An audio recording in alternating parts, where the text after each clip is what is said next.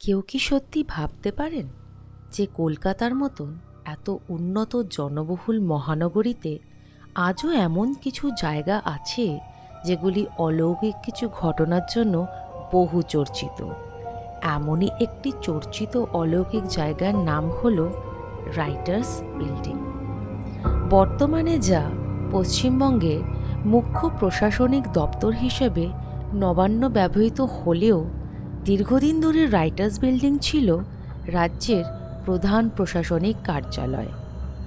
কলকাতার অন্যতম এই রাইটার্স বিল্ডিংয়ে রাত নামলে জনশূন্য অলিন্দ যেন হয়ে ওঠে অশরীরীদের আঁকড়া। একথা স্বীকার করে নেন এখানে রাত কাটানো প্রতিটি নৈশপ্রহরী। জানা যায় এই রাইটার্স বিল্ডিংয়ে ৫ নম্বর ব্লকটি মোটেই সুবিধের স্থান নয়। রাত নামতেই এখানকার বারান্দা দিয়ে কারা যেন হেঁটে বেড়ায়, দৌড়ে গিয়েও দেখা যায় না কাউকেই। এখানকার ঘরগুলো থেকে শোনা যায় কিছু অদ্ভুত রকমের শব্দ। দোতলায় কারা যেন ভেসে ওঠে, আবার মুহূর্তেই মিলিয়ে যায়।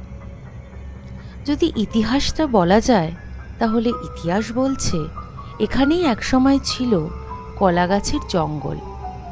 একবার বেশ কয়েকজন ইংরেজকে এখানেই কবর দেওয়া হয়েছিল। লর্ড ভ্যালেন্টিনের তথ্য মতে ঘোড়ায় টানা গাড়ির খেলা বা ডুয়েল মানে বন্দুকযুদ্ধ, সেটাও নাকি চলতো এই এলাকায়। লেগে থাকতো খুন জখম। এমন বহু ঘটনার কথা আজও এই এলাকার মুখে মুখে ফেরে।